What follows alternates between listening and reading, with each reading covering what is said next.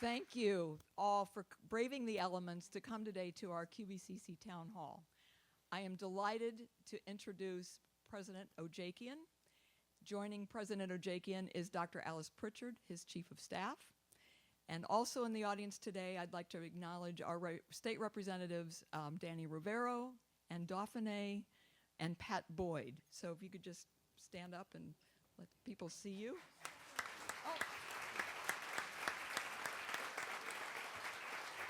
And also our state senator, Mae Flexer, who is a QVCC alumna.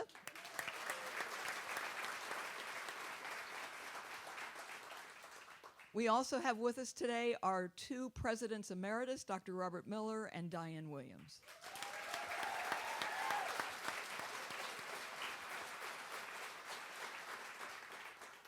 And now it's my pleasure to introduce Christian Sarantopoulos, president of the QVCC Foundation and president of the Regional Advisory Committee. Christian will be our facilitator for this morning. Christian. Thank you, President Drummer. Again, I'd also like to welcome President Ojakian. Thank you for coming this morning. I'd also like to thank the QVCC students, the QVCC community, and the Northeastern Connecticut community for being here this morning for this important meeting. I'd also like to thank WINY for broadcasting the event this morning. And again, as I just said, particularly I'd like to thank and welcome the students here because this is why we are here this morning, because of you. A few ground rules this morning. We are going to go right to a question and answer session. I think the vast majority of the audience is well informed, having seen the PowerPoints which President Ojakian has provided us, and I know many of us have listened and watched a couple of the previous podcasts of the other town meetings. So please, once we get going, if you have a question, we're going to ask that you form a line against this wall here. Please introduce yourself. Because we are on WINY, please use the microphone even if you think your voice will project. And again, in order to get as many questions asked and as much information from President Ojakian, I'd ask that you keep your questions to a point, and similarly, that President Ojakian please keep the responses to approximately 2 to 3 minutes so we can keep the process moving. And at this time, I think we're going to start a question from President Emeritus Diane Williams.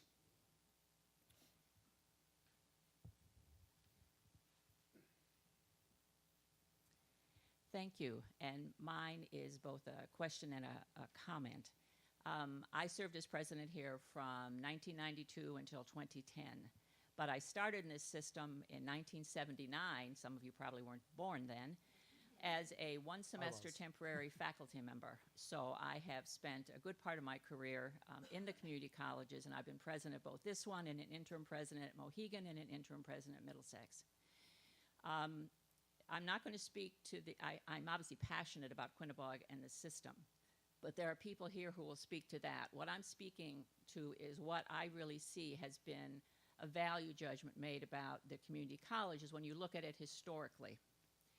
This will be the fourth reorganization, consolidation that has been pressed onto the community colleges, and I have been around for all of them.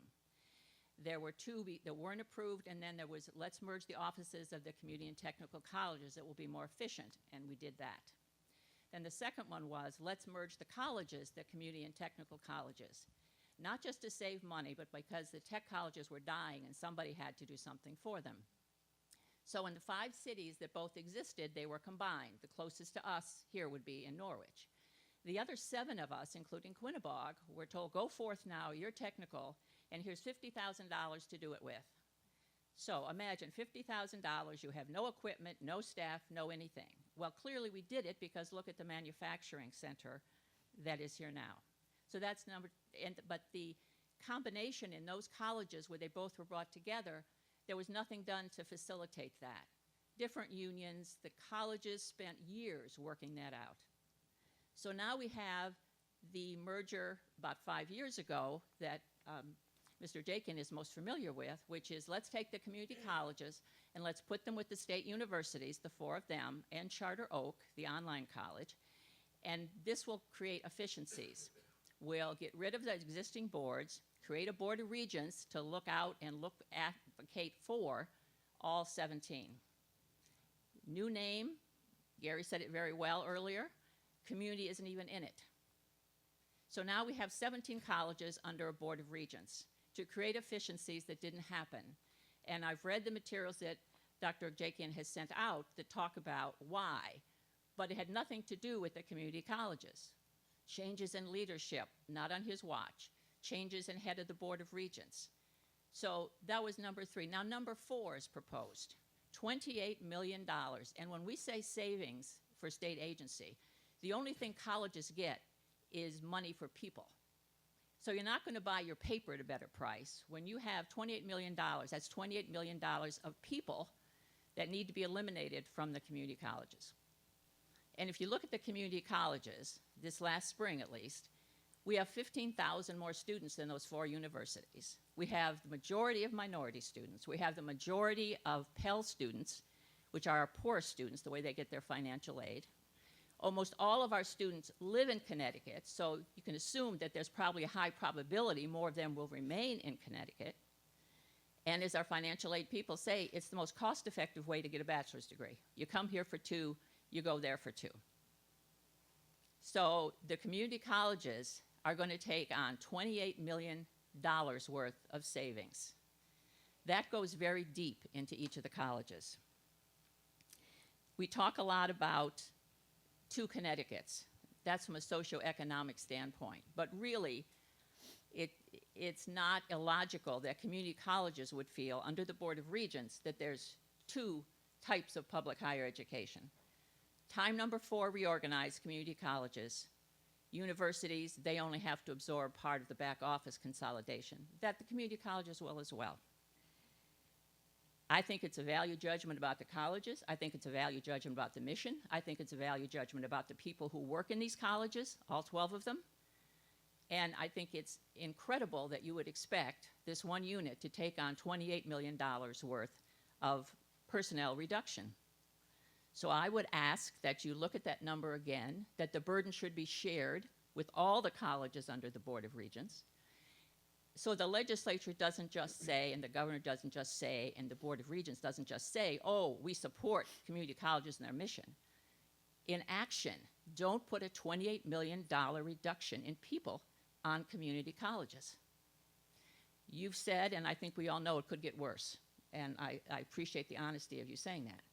And I would say the same thing to that. If it gets worse, at least share the burden. Don't single out the community colleges as the one, again, that has to bear the burden. Thank you.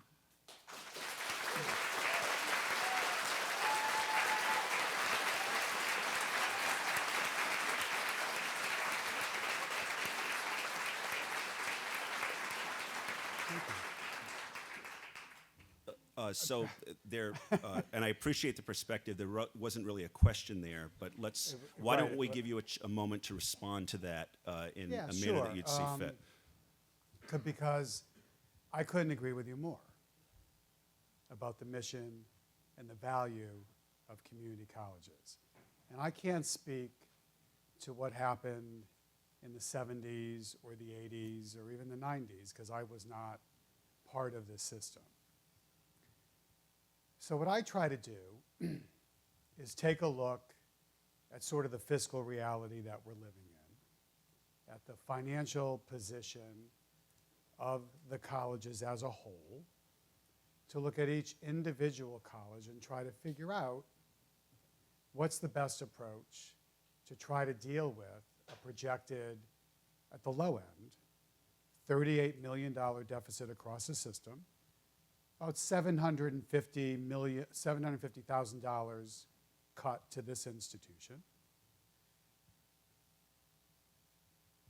On the other end, it could be up to $1.5 million if there is not an agreement between the administration and the statewide collective bargaining units.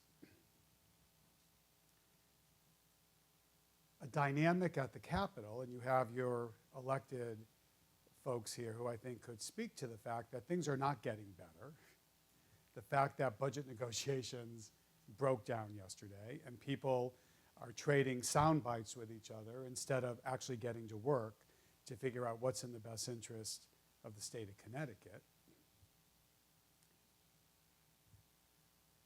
because and 60%, by the way, of the funding for the community colleges comes from the state, whereas less than 40 comes from the universities, which quite honestly are in a much better financial position. And I don't get to decide, just so we know what the rules are. I get a block grant. Block grant for the universities, a block grant for the colleges, and a block grant for Charter Oak. And within that block grant, we have to distribute the funding to each college.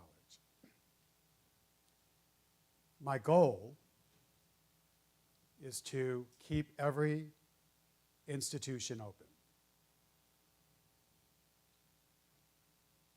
People on both sides of the political aisle have suggested I close institutions. And as a matter of fact, I wouldn't be surprised to see a budget come out, maybe not out of the committee, but there will be alternative budgets offered, which would cut us more and direct where those cuts be taken. There's an appetite, whether you know what's happening in Hartford or not, there's an appetite to grab quick savings. So closing a small institution is about $20 to $25 million.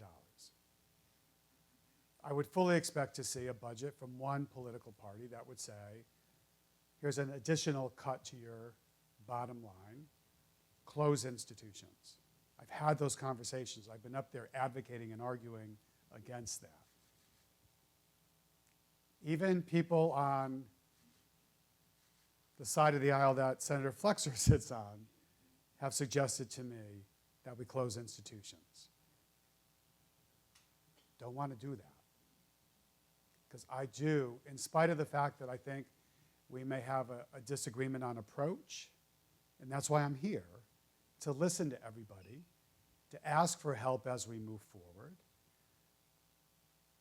I think we both share the same vision for what community colleges provide to our students. I've traveled to every single community college many, many times.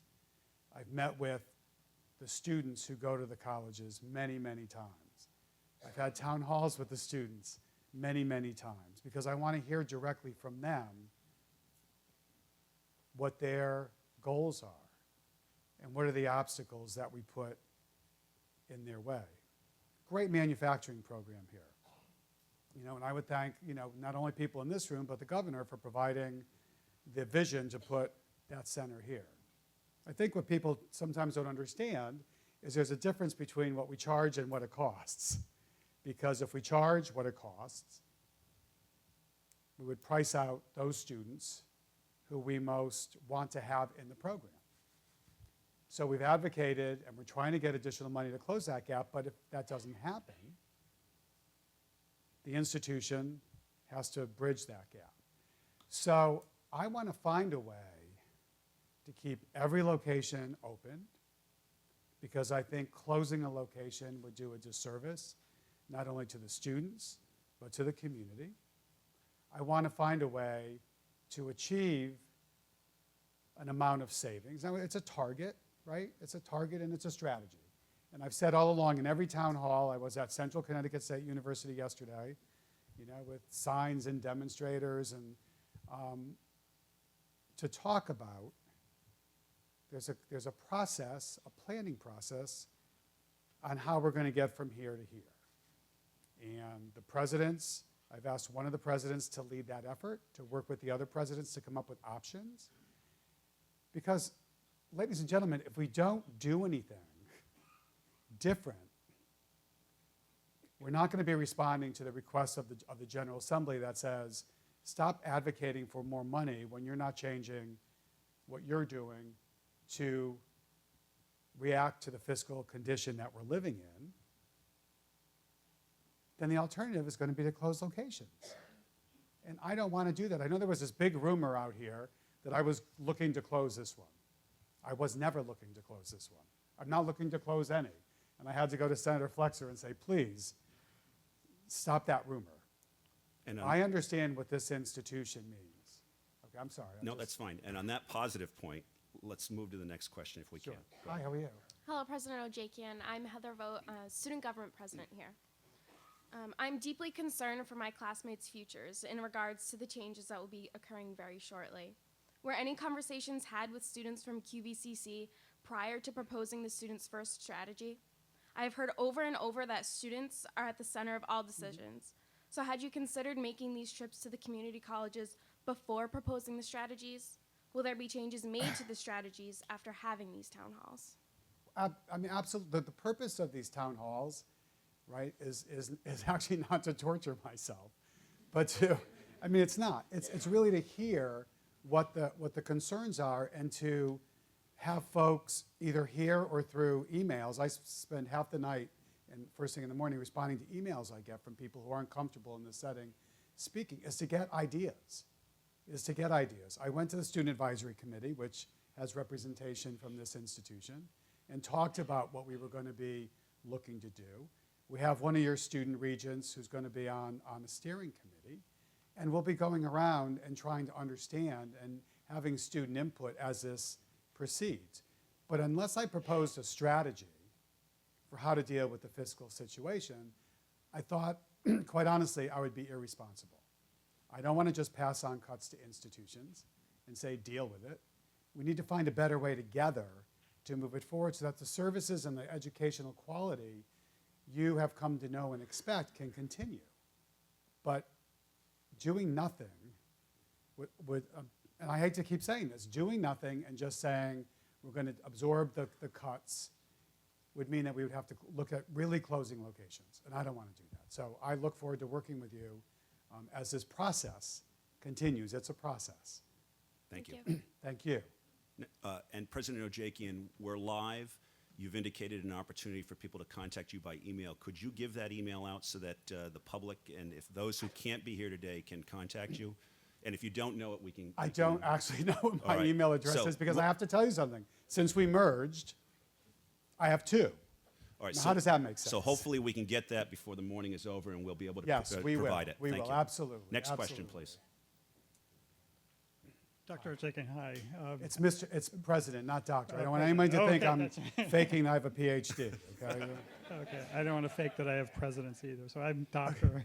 you're doctor, I'm president. Dr. Brian Donahue Lynch. I teach sociology and anthropology here. I've been here for 24 years and full-time faculty with many other hats, as many other people here do in our small, lean community college. My apologies for reading from this. I like to often talk from what I know, and this is what I know, but I don't want to miss a point.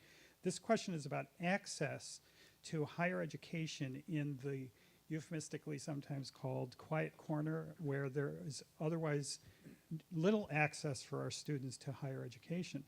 QVCC serves the poorest county in the state. Every year, more than 60% of our students receive federal Pell Grants. In addition, the QVCC Foundation provided $210,000 last year in scholarships, grants, and some emergency aid to our students. Further, our students are regional. They don't have access to transportation, which is mind-boggling in the 21st century. They live here, they're educated here, and most importantly, they work here. Reducing support services in this quiet corner reduces access. If these students must travel an hour for financial information, student support, or courses, they likely will not attend any college. How will this strategy now in Hartford ensure that these students can continue to be served by Quinebaug Valley Community College? Sure.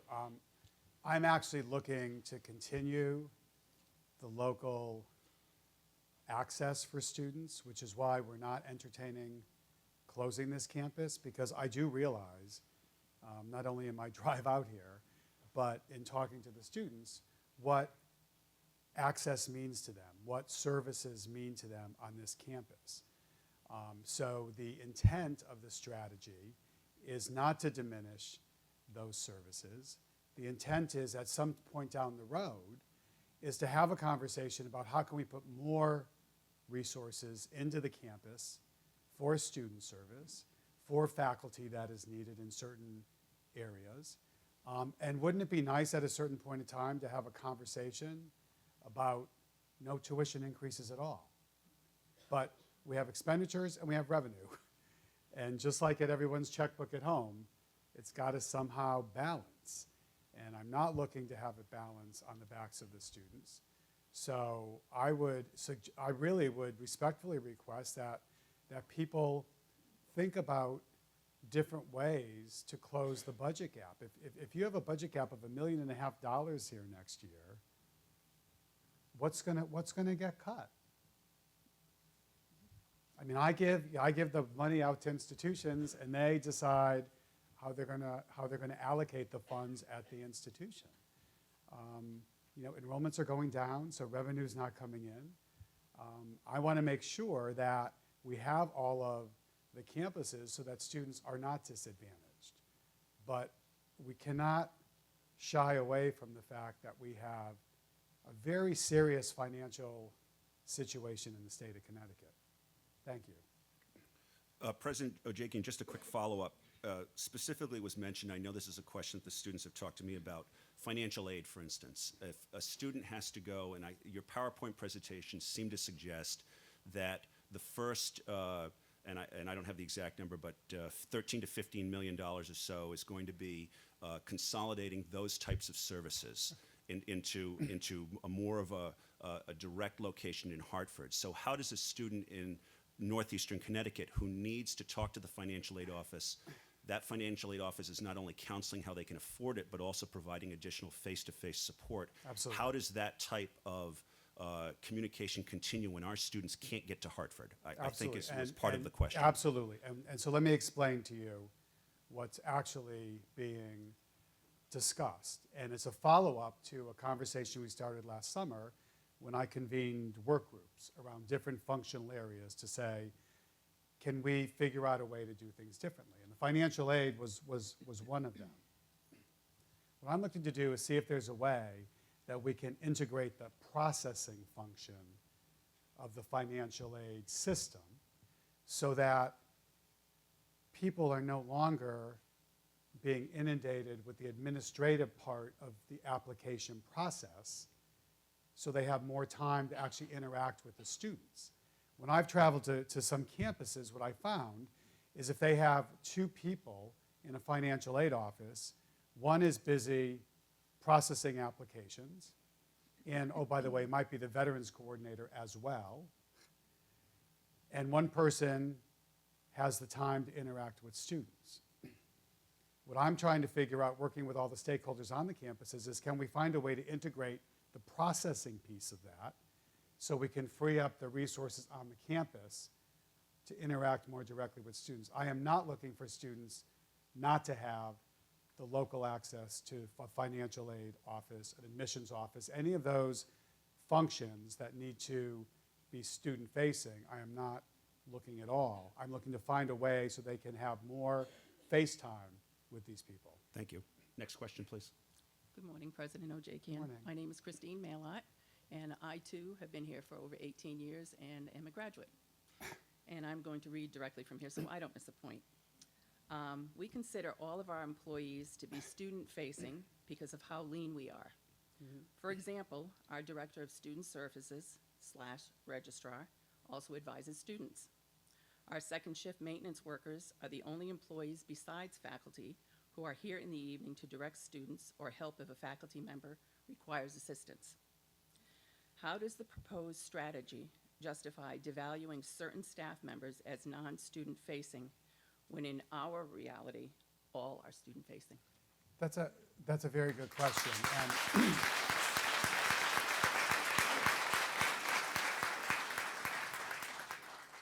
the process anticipates conversations around which campuses are providing those services in a very lean way, like you're doing, and which are not. We have 12 campuses. Some have, a lot more administrative functions and administrators than others. I don't think in the size of Connecticut we shouldn't have a conversation about what makes sense across 12.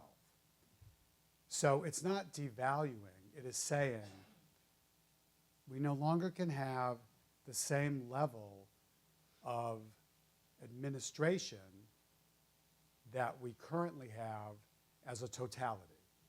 okay? Now, there's other campuses, for example, at the other side of the state, which I'll go to next week, at Northwestern. Same thing. I met with individuals there, and they have 4 or 5 hats, right?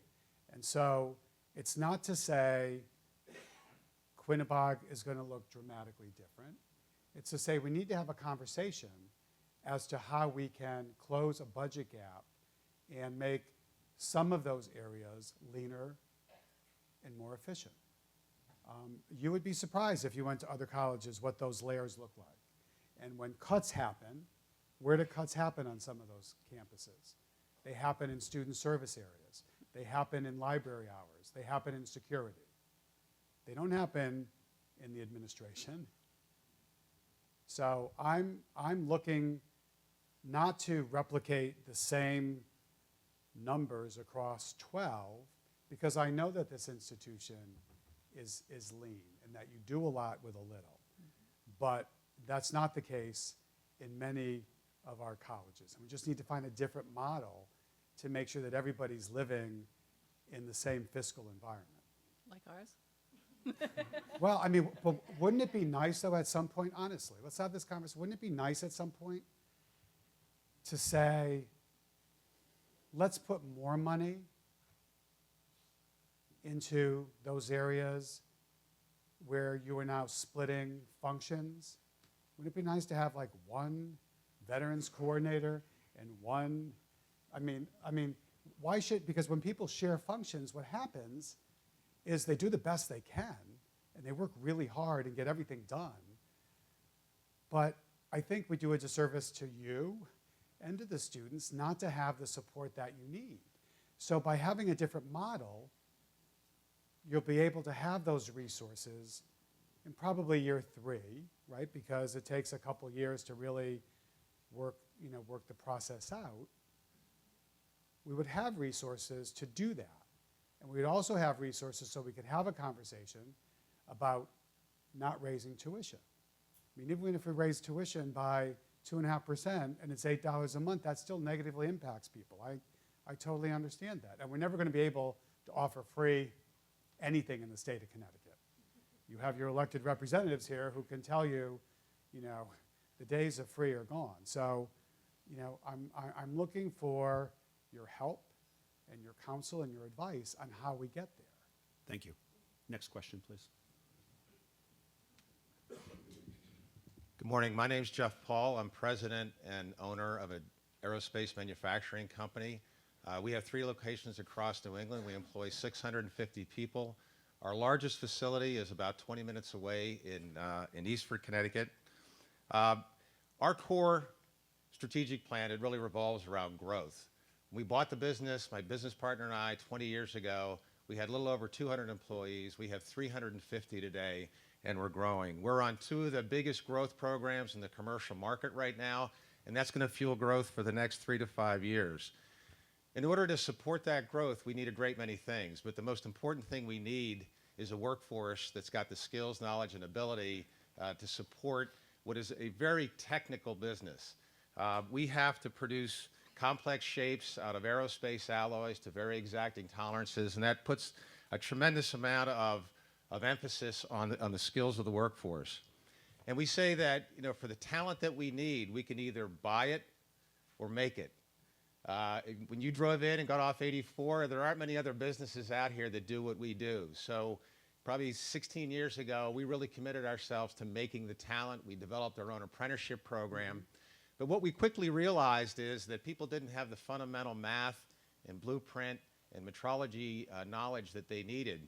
And we had a knock on the door from a woman named Jill O'Hagan, who's since retired from QV, and she says, we can help you with that. And she said, we can have our instructors come to your facility and train people on site.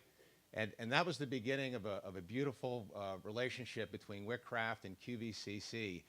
They've been on site teaching courses not only in math and blueprint, but also understanding financial terminology, business courses. We send our folks here for the leadership program, and they are an essential part of our strategic plan for growth.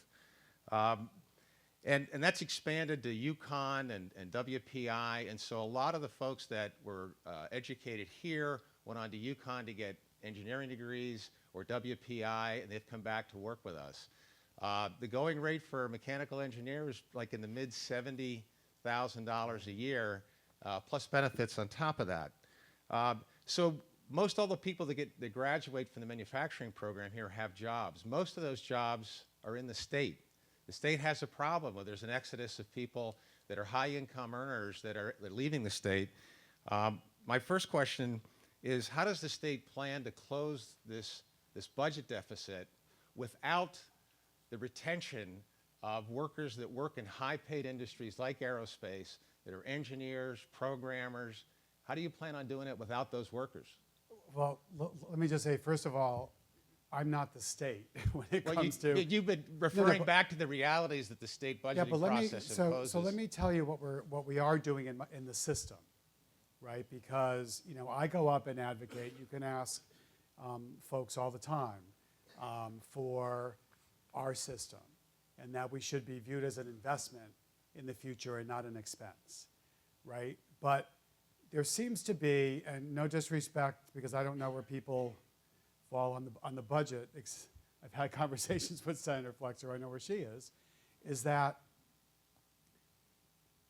there doesn't seem to be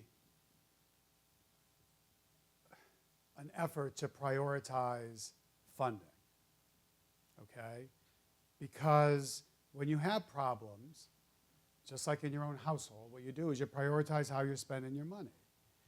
And the argument has been made many, many times by me, by the team, by your students here about why we should be considered an investment. Now, we're trying to mitigate the cuts, but the cuts are inevitable. What we're trying to do is, and working with all of, for example, the manufacturing centers, it's great that the institution and other institutions are providing the pipeline of students, but I've been making a conscious effort to go out to the major employers, right, like the Pratt & Whitneys and the Sikorskys and even the Electric Boats, and say, we're adapting ourselves to meet your needs. How about a little support to help us have our centers at capacity? We could educate many more students in the manufacturing program if there wasn't such a disparity between cost and what we can charge people. So this has to be a two-way street, and I'm not saying your company, because I'm sure you have a great relationship, but there's other companies out there that want us to produce the workers, then they need to put some skin in the game. Yeah, Woodcraft has invested roughly over $150,000 in QVCC, helping to build the manufacturing program. But for example, Electric Boat, right, which is looking, and I just talked to Congressman Courtney the other day because we were at a chamber breakfast together. Electric Boat, which is looking to expand the numbers of jobs in the state of Connecticut, has worked with institutions. The institutions have modified their curriculum to meet their needs. And now it's time to have a conversation about how can you help us, because we need more than state funding. I mean, I often joke that our institutions used to be state schools. Now they're state funded. Pretty soon they're going to be state located. Okay? And so I can't just imagine what it might be. I have to accept the reality and go out to these companies and say, you need to step up to the plate. I talked to his Nuntuck, I talked to your director, I have him around the table. We had a meeting. And I said, what can I do to help you? Because people are asking for more workers. We could have more students if we had more instructors.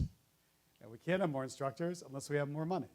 So I hear you loud and clear, and I think, hopefully your local legislators will hear your question as well, because I think we're all in this together. I think they're committed to this institution, which is why they're here, and they're invested in higher education as the future of the state, but we all need to do this together. Yeah, I think the other thing to keep in mind is that on a monthly basis, we get phone calls from Georgia, Virginia, the Carolinas. Our governor's going to be in the state of Connecticut. Would love to sit down and talk with you. Without a source of skilled and trained workers, why would we stay in Connecticut? Connecticut consistently ranks near the bottom in terms of business competitiveness. The reason we're here is because of this workforce. There's nothing like it in the world. And we need to continue that pipeline. Otherwise, we run out of reasons to stay here. I understand you completely. And if I were in a different role, I'd be in a different position to advocate more globally. I can just tell you that we are looking at every conceivable way, whether it's working with the Department of Economic and Community Development on tapping into some of their manufacturing assistance bonding dollars, and how do we creatively use those dollars, whether it's Department of Labor. We had a meeting the other day on how can they have this money for apprenticeships that companies are not using because they're afraid of signing a contract with the Department of Labor because the Department of Labor is more go in and make sure that you're complying with the regulations. So maybe we're going to take that over so the narrative is different. So I can assure you that I'm hearing you and other employers loud and clear, and I'm working every single day to make sure we find creative ways to keep those workers in Connecticut. Okay, thank you. Thank you. Thank you. Next question, please. Thank you.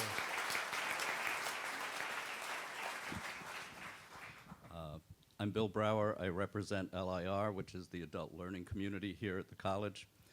I guess my question is, what will we look like in a couple of years if this goes through?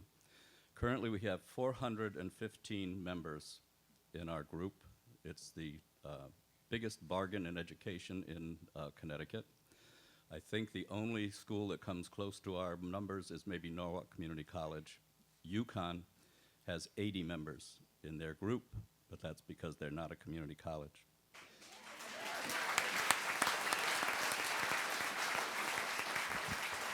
Our members are aged 23 to 96, from all walks of life, all degrees of education, from 8th grade to PhDs. We hold classes 5 days per week, often morning and afternoon. From the Higgs boson particle, which I didn't attend, to travel, history, local history, world health, we have area physicians, lawyers, financial experts, politicians come to speak to us. We're dependent on this college. We could not function any other place. We're dependent on many of its professionals for our existence. We enhance QVCC's community. We're given space for classes. Chrissy Laro from the records department acts as a secretary, part-time secretary for us. She designs our literature, our programs, which I will give a copy of to your assistant. She mails them for us. She takes calls. She does prints our newsletters. She does our annual business meeting document. She does our financial reports. Marketing people for the last 10 years have done our flyers. They've done our ads for the newspapers. Margie Hopi has been wonderful. Dr. Drummer, Monique Willanen meet us in the hallways. They greet us. Monique was instrumental in our Brian Dennehy fundraiser, which raised over $10,000 for us. We pay for QVC services. We split half of our registration costs to the college. It's about $8,000, a little over $8,000 a year to pay for that work that's done for us. In the last 8 years, LIR has contributed $80,000 to funds, endowed funds, scholarship funds for this school. This year, we will award two $1,000 scholarships to credit students and a $1,500 grant to non-credit learners. We really care about this school and this community. LIR members have full access to QVC's library. We have access to its faculty. I can't tell you how many professors have presented to us. We've had professors from UConn, from EastConn, from Nichols. All the colleges, area colleges, have come to present to us. On the other hand, we have gone into sociology classes here. We've provided panels for kids to talk to some old folks and what life was like in the old days. I just can't tell you what a part of this community we are. We work with the Middle College. They arranged for a tutorial with all of us got our new smartphones and whatever. They taught us how to use them. I should have gone. Believe me, I still need more tutoring. Excuse me for shaking. That's fine. A number of our members have started with us and then decided to go back to college. Vietnam vet who did not finish college because he was so mistreated by the students at the time has decided to go back to school and is at EastCon right now. This place is a community, and that's, I think, the most important part of it, because we take care of each other, the students, the old folks, the in-betweens, and I don't know what's going to happen. Well, so let me, first of all, thank you for those comments.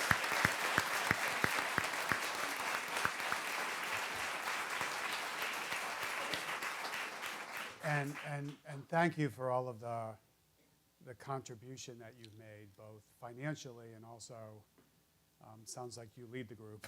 I was past president, Okay. no longer. Okay, well, you're still, past president, still very involved, okay? So, the reason that I agree with you 100% is the reason that no strategy that I proposed has a campus or a college closing. Now, like I said before, I never looked. Everyone thinks I've looked to close this because it's small and it's way out in this part of the state. I know how important this institution is to this part of the state. In many cases, this institution is this part of the state. There's a donut shop down the street that I saw, but beside that, I didn't see a lot of stuff going on when I was driving here, behind the truck. So I want to have, the reason I'm here is I want people to help develop the final plan. And if we get down the road and it makes absolutely no sense, and somebody tells me that we can cut $1.5 million next year from this budget, or $15 million from Central Connecticut State University's budget, and it's not going to impact students, then we'll have that conversation. So I am open to the conversations about how we get where we need to go. I'm not open to, and I've said this to folks in the legislature, to people just standing up and saying no. Because no means we're going to hurt the students, right? So together, I think, and I've made an offer for people to be involved, even if you're not selected by your elected representatives on the campus, because I've asked, I've respected the process of each campus. Send your suggestions on how you would do it differently. Because I don't have all the answers, which is why it's not a plan. But I just know in my heart and in my mind, having been part of a legislative process for 37 years in one capacity or another, that's not going to get better before it gets a lot worse. So if we're not collectively part of a solution is going to be given to us. If we are truly collectively part of the solution, that's really one thing. That's why I'm here, sir. I have been a veteran of education in public schools in Connecticut for 40 years, and I've seen some real bloopers. Well, I think and to that point, right? So some of the criticism of me is that I don't understand higher education. I think I understand it pretty good after 16 months. But there's things I do understand. And so while I never pretend to be the smartest person in the room, and I mean not, nor do I have all the answers, but I know that something's got to give, or else what you will see, and this isn't a threat, right? And I go around and I talk about the different budget scenarios. CBAC, no CBAC, it's not a threat to people to tell them what to do in their own collective bargaining unit. It's just a reality check. Because if we, like I said, if we don't do something, and I think you're going to see budgets come out that will cut us even more from both sides of the aisle, and bills out there, quite honestly, to make Connecticut look more like Wisconsin in terms of collective bargaining, then we're not going to have a choice, right? So we've got a lot of work to do, and I do want to hear from everybody to have the solutions that will get us where we need to go in this budget crisis. Thank you. Thank you, sir. Next question.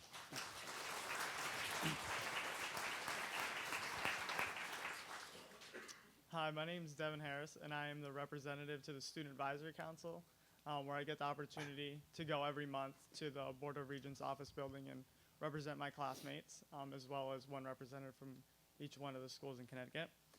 So my question is, you say the strategies put students first, but there are many repercussions that will financially strain my classmates.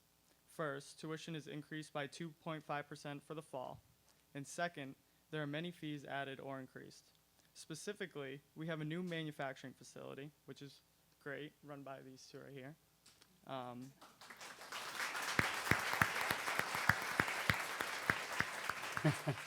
But unfortunately, now many students will not be able to afford to utilize the new center because of the new $450 fee per semester.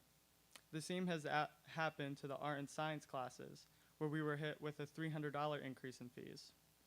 So my question to you is, how are the students from the poorest county in Connecticut supposed to afford to further their education with these financial increases? So let me answer that.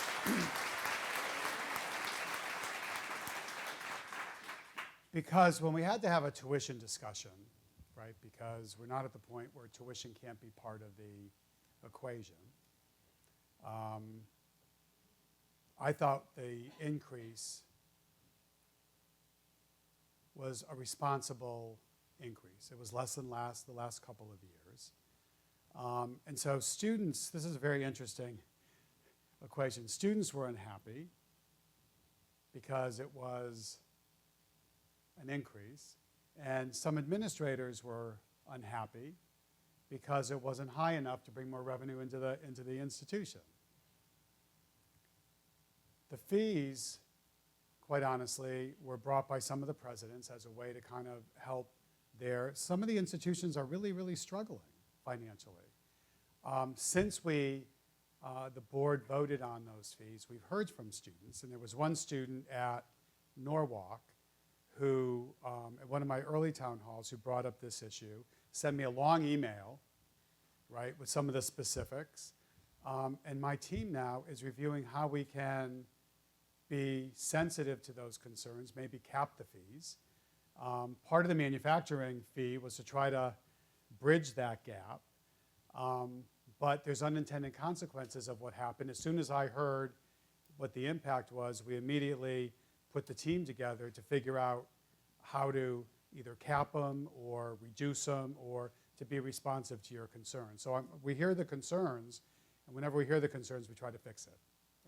Yeah. And I just have one more comment. You said that, enrollments have been down statewide because of, these increases that have happened over the past few years, and just keep piling these increases in the fees and things. It's just going to really put us in a vicious cycle, and enrollment's never going to come up. Yeah, I think we could have a real conversation on enrollment. I think, quite honestly, and I'm not talking campus specific, but one way to increase enrollment is to make sure that all the financial aid applications are processed in a timely fashion, and that they're actually processed. There's some institutions that don't process them in a timely way, so a student takes their award and goes somewhere else. Now, I don't know what the conversion rate is here, but as I've gone to other campuses, I just sent a SWAT team in last year to help some of the campuses get their applications done, because there's not enough people to do that. So what happens is a student will go somewhere else or not at all. And so part of the goal of some of this is to make sure that we are more sensitive to the timely needs of students. Because I think if we just did our financial aid applications in a much more timely way and the conversion rate was higher, you'd see increases in enrollment. And I think I have other strategies on how to increase enrollment. Sometimes people just throw up their hands and say, well, the number of high school graduates is down. Oh, well. I think there's a line over here. I wasn't talking about this campus. Yeah, you're going to have to come to the microphone because we're live. So anyway, so I'm happy to have a conversation about enrollment, and I'm doing that with all the presidents, and really not only trying to understand, because unemployment's come down, so enrollment's generally going to go down, but to try to set realistic enrollment targets for institutions and not just benchmark them year after year after year. But until we get our own fiscal house in order, we can't have a conversation about no tuition increases. Thank you. Thank you.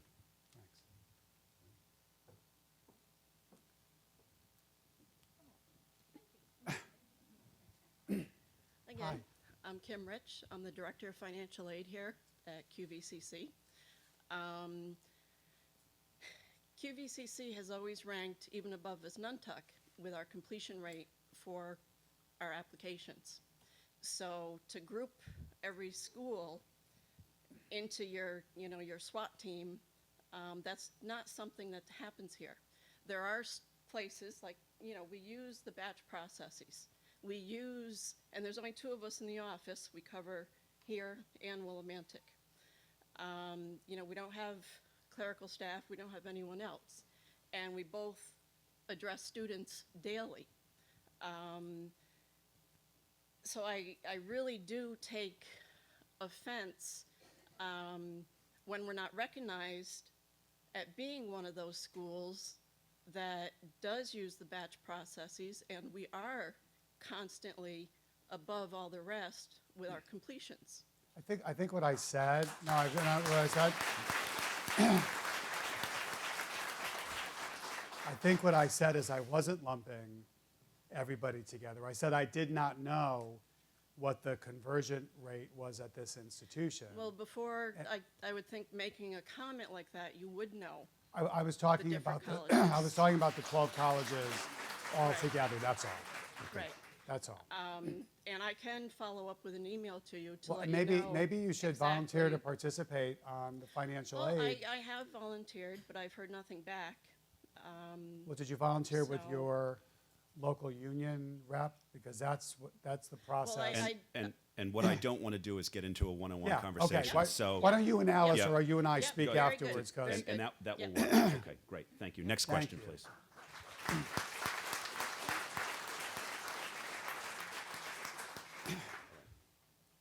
Good morning. Good morning, President Ojakian. morning. My name is Amy Kastrick, and I serve as the Director of Student Services and Registrar here at QV. And I am fortunate and blessed and honored to have served as a member of the staff here for the past 17 years. So thank you for coming today. To my question, at QVCC, 55 non-teaching staff members serve roughly 3,000 students. And mind you, that's not just one touch per student. We're constantly engaged with students. Every facet of these back office or non-student facing positions affect QVC's ability to recruit, retain, and graduate successful students. And I know we've touched on this in some previous questions, but I think it's important to drive home the point of how important all of the staff are, whether they directly are student-facing or not. If these positions are consolidated, eliminated, or centralized to a distant location, how will we retain your student-first goal? So let me excuse me. Yeah, I finished this one. Let me get one thing out of the way. We're not looking to take people and bring them to Hartford. Okay, so that's number one. As a matter of fact, under these strategies, my staff shrinks by 13% because we have to find a different way of doing things more efficiently, right? We can't expect everybody else to do it and not lead by example. So that's number one. Number two, we're not looking to eliminate the functions on the campus, but to make better use of the limited resources we have on all of our campuses to leverage the expertise in different areas around 17 institutions and around 12 community colleges. So the goal, and maybe QVCC becomes the model for the goal, right? As we look at how people, no, I'm serious, and that's why I'm here. As people look at, how do we need to look? And obviously, you and other folks have many roles that you take on a daily basis. That's not the case everywhere. So we're trying to look at a model that makes sense, that continues to keep students first.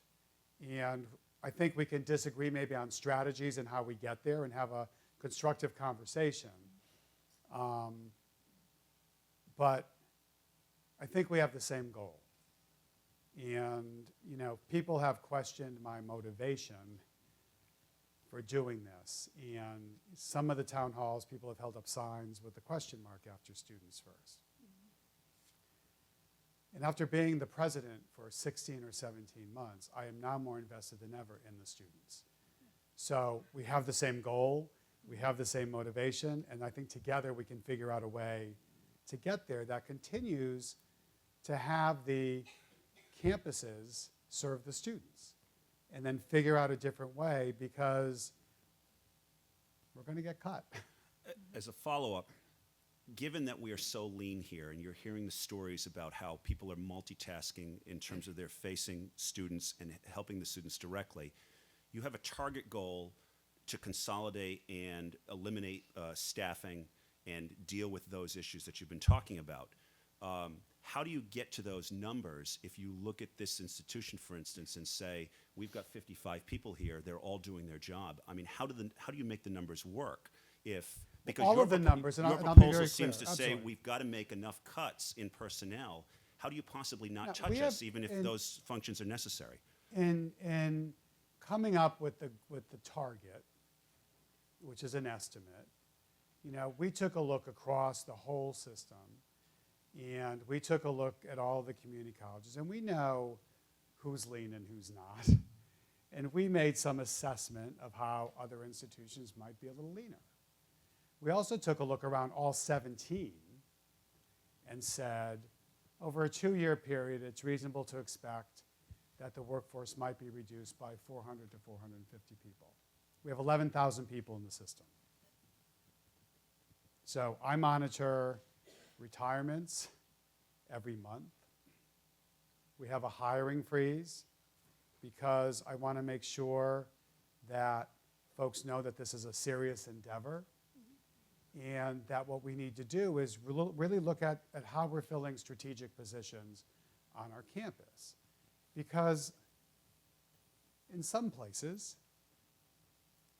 when cuts happen, now I'm not saying here, I don't want to get in trouble again, but when budgets are cut, what some administrators tend to do is cut student services.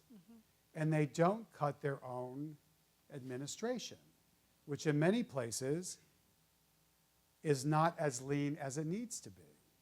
If we're going to ask our students to pay more, and we're going to ask parents to help their students pay more, and we're going to ask the legislature and the taxpayers to give us money, I think we have a responsibility to everybody to try to find a different way of doing things. And, this place is very lean. I get it. So we'll continue the conversation. I'm. Thank you. And in Thank the you. interest of time, we'll move on to the next question. Sure. Thank you. You're welcome. Oh, thank you. I just coffee? handed Christian a note that said, do you like me? Check 1, yes or no.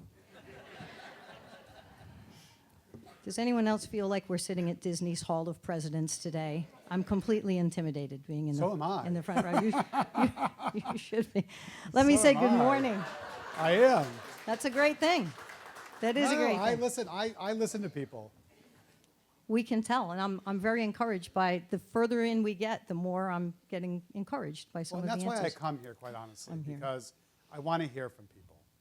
Well, I want to say good morning to Carly, and I want to say good morning to beloved Bob and Diane and Mark.